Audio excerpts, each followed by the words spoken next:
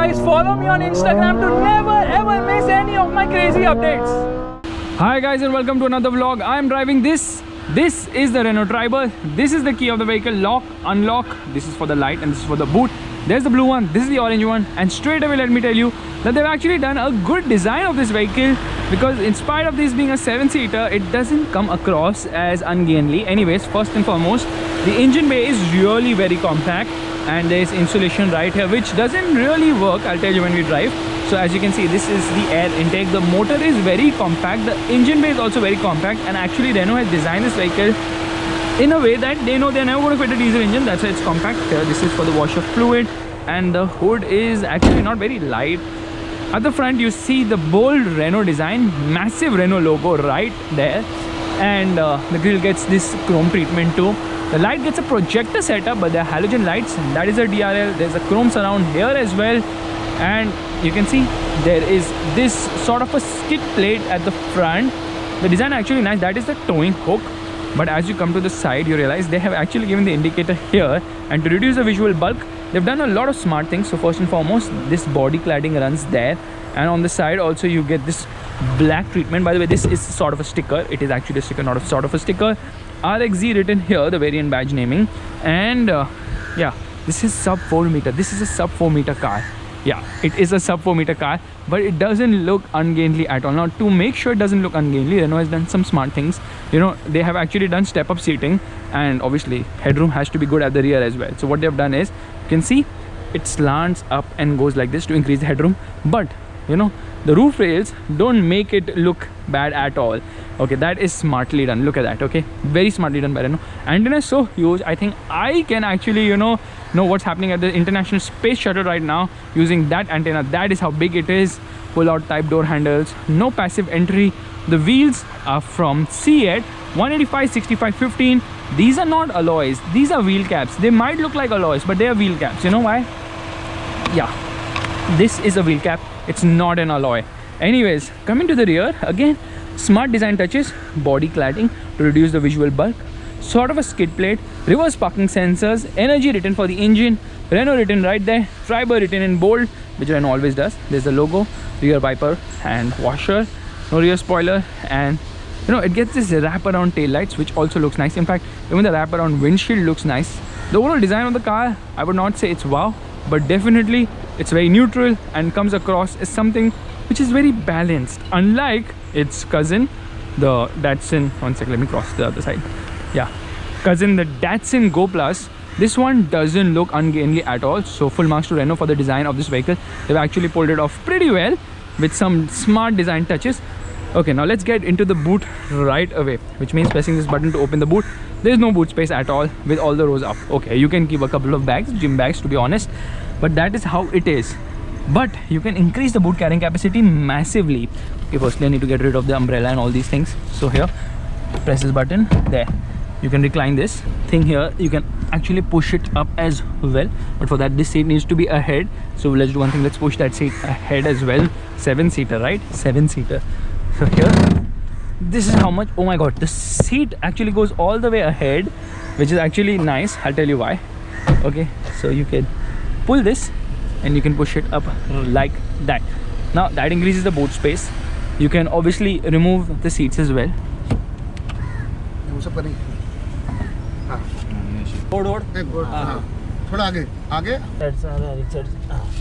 Okay.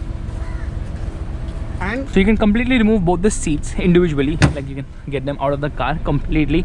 However, yeah, if you do that and if you're not at home, where do you keep the seat?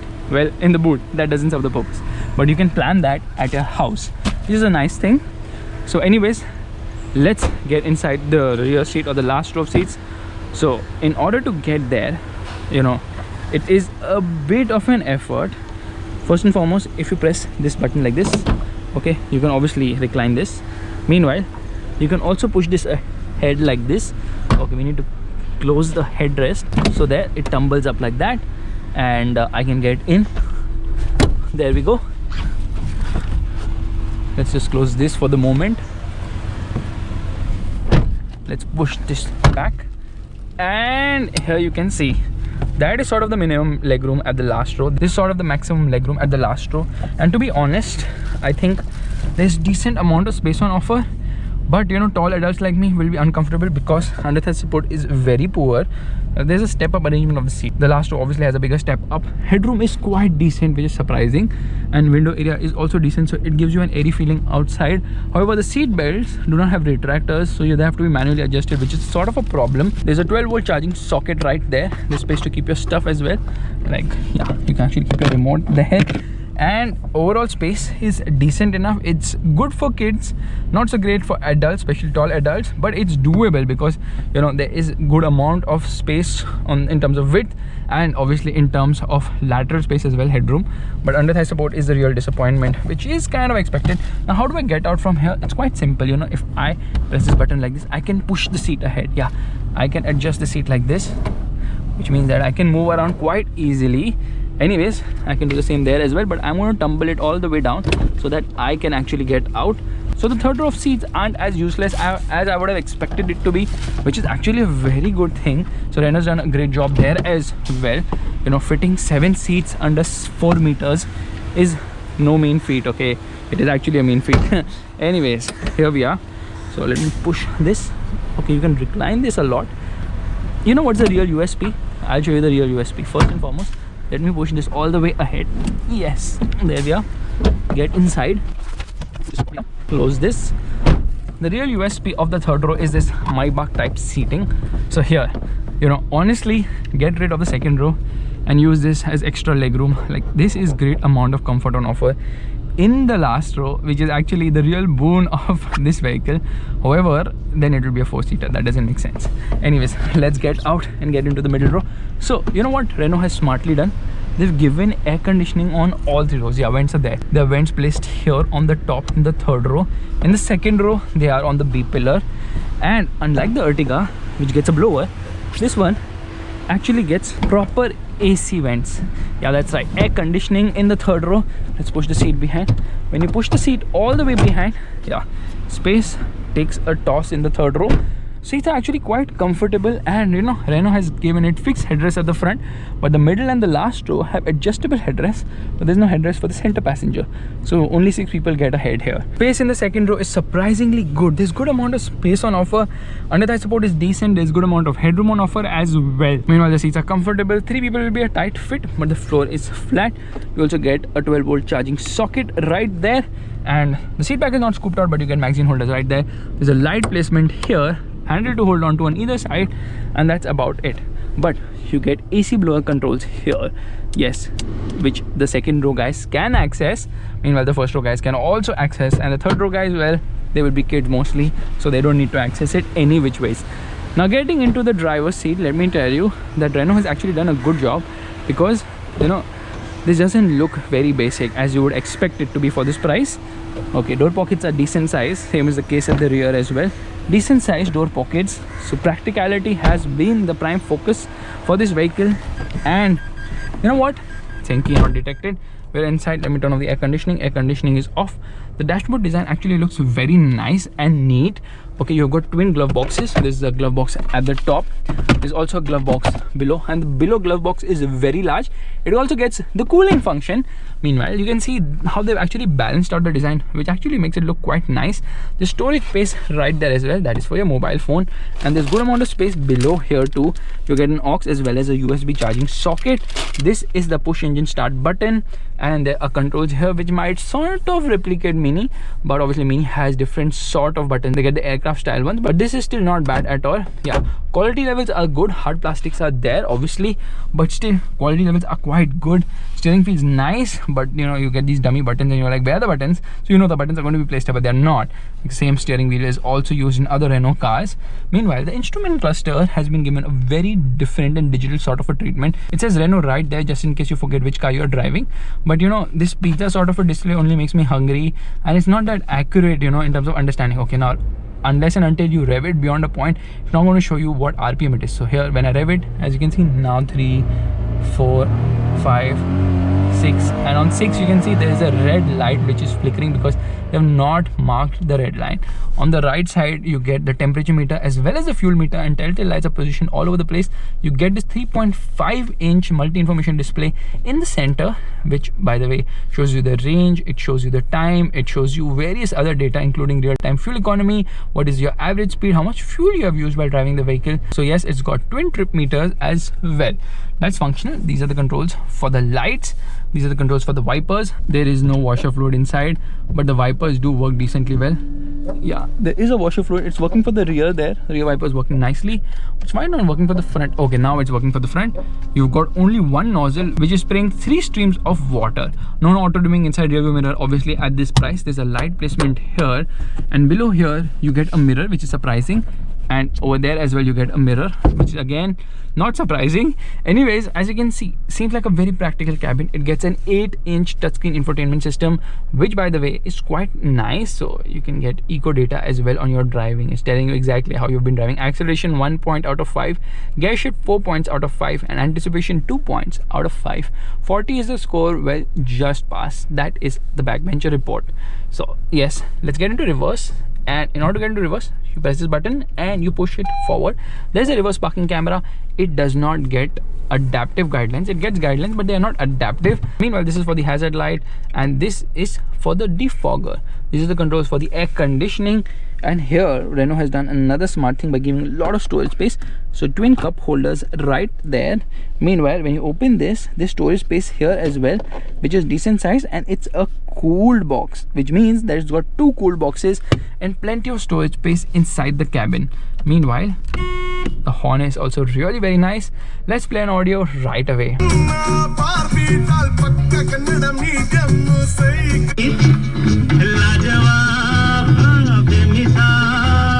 Audio quality is quite decent, although you know they should have had a slot like they have in the Capture to keep this key as well.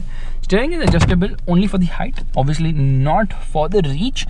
So while this car actually does not get a passive entry button on the door, this key, if it's in your pocket, it will automatically lock and unlock the vehicle as you actually move away from the car. So it has something known as a proximity sensor. So once you're able to remove the seats, which has been removed on this particular car, you have these easy fix bags which Renault is selling separately, which properly fit inside. So yeah, it's a very practical car. Let's get driving.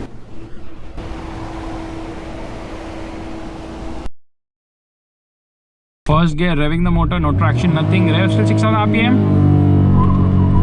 Wheel spin, a lot of it. First gear, 40 kilometers per hour, 39 actually to be precise. So when you're driving the car flat out, yes, it's got oomph. But you know what?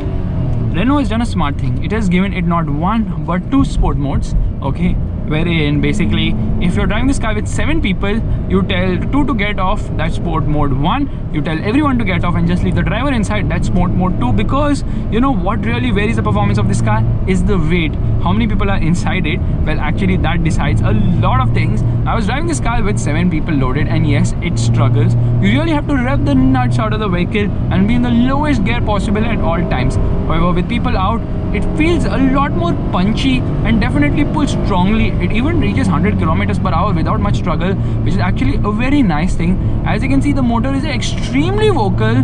The more you rev it, the more it becomes vocal and louder and louder and louder. And although I find it sporty, most people will be like, okay, it's kind of thrashy, and it is to a certain extent.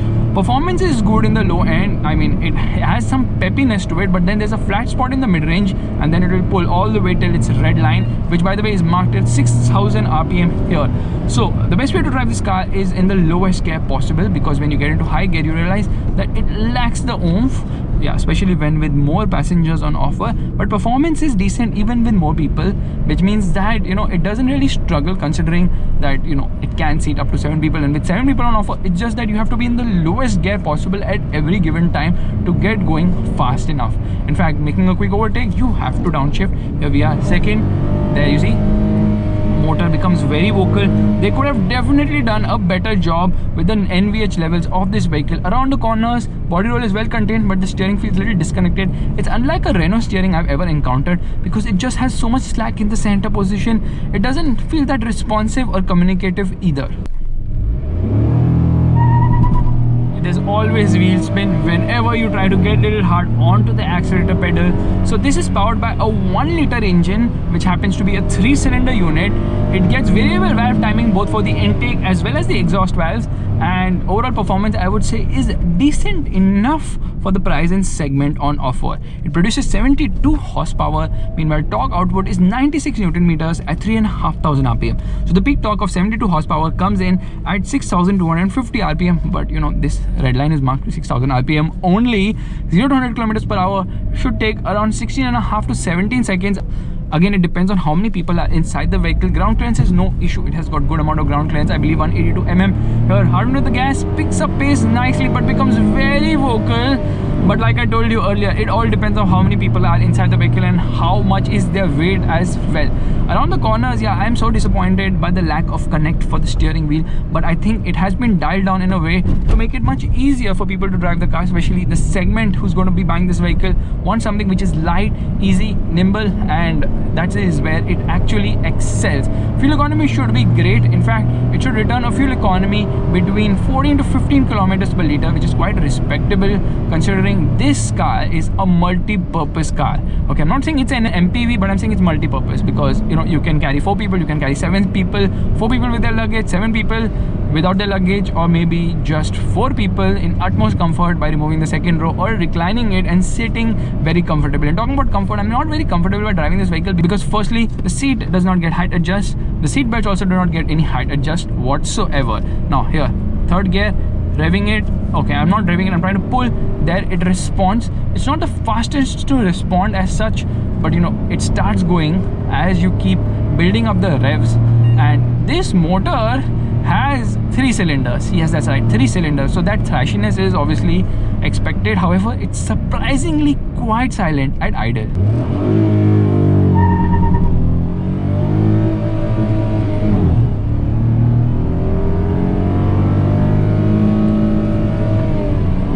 So the gearbox is smooth shifting, but you know, it has some sort of a hitch, although the clutch is on the lighter side, but a bit too springy in action, I would say. Yeah, there is some amount of roll on offer, but ride quality is quite brilliant. Renault always gets the ride right. They just get the ride right. Otherwise, you know, this car wouldn't be so comfortable. However, it has to get the ride right because this is actually based on the CMF-A Plus platform, which by the way is a modified version of the CMF-A platform which underpins the Quid. But it's not just modified, it has been extensively redone. In fact, Renault says that there's so many changes that it won't be wrong to call it an all-new platform either. Now we're going to go into this bump and yes, it actually glided through, which is a nice thing.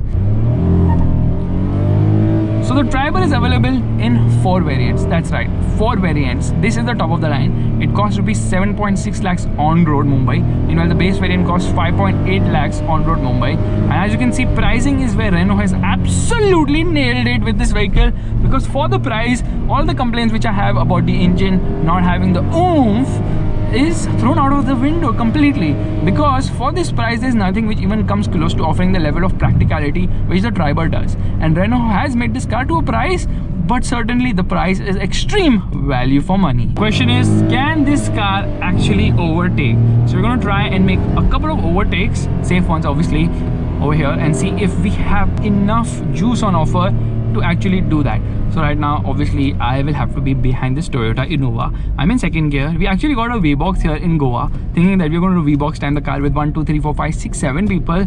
But unfortunately, Goa doesn't have any straight roads whatsoever. So that went out of the window in no time at all. Meanwhile, till the time we plan this overtake, let's discuss about how does Renault actually get the styling, the design, the features, all this right. Meanwhile, its alliance partner Nissan doesn't, because the Go Plus, by the way, sort of you can say cousin vehicle, but it's as different as chalk and cheese, just doesn't have the same level of appeal somehow, which is kind of surprising. By the way, talking about all this, the Datsun Go Plus, and actually both Go and Go Plus, are soon going to be getting a CVT variant, and this one is going to get an AMT as well, which is going to come next year, I believe. Here, okay, first gear we can get the overtake done, but we hit a speed breaker, brakes are good, and that Innova is not going to let life be easy, because at the end of the day, that has a monster of an engine. But hey, that overtake was done and dusted without much issue. So low speed overtake, not an issue at all. High speed rather, above 60-70 kilometers per hour can be a challenge, and it can be a challenge mainly because, you know, at high speeds it just runs out of gas very soon. Probably a turbo petrol engine would do justice, but then the price would go up, which will just not fit with the positioning of the Renault Triber. As you can see, I absolutely like this car for the level of practicality and value for money pricing that it offers, but still I would have loved it if Renault had given it more steering feel, because that is what Renault cars are known for. They're known for oversensitive feedback. This one has no feedback whatsoever, unfortunately. Here, let's go for the overtake. Come on, baby. Yeah, done and dusted, no problemo. Now the only concern is, with 6 more people on offer, maybe you can drop a few out of the car, get into sport mode, which I like to call. Otherwise, there's also another sport mode on offer. I'm not kidding. This happens to be the sport mode. So here, decreasing power, here, increasing power, because when you turn off the AC, you just get a little bit of boost as well. But then, when I look at the price, I just can't complain that much about the performance, because for the price, Renault has absolutely nailed it yet again. So guys, thank you so much for watching this vlog of mine, and if you liked it, you know what you have to do. Give it the thumbs up, that's a like button, and also subscribe to the channel. Let me know that if you're planning to buy a 7-seater vehicle, which one would you choose? Would you buy the Triber? Would you extend your budget and opt for the Maruti Ertiga? But before we end this vlog, it is my responsibility to test the brakes. Yeah, the brakes are fine, and get into first gear, revving the motor, revs to 6000 RPM. Shh. Doesn't need traction control, but naturally when you rev the nuts out, it is obviously going to wheel spin a lot. So guys, bye bye.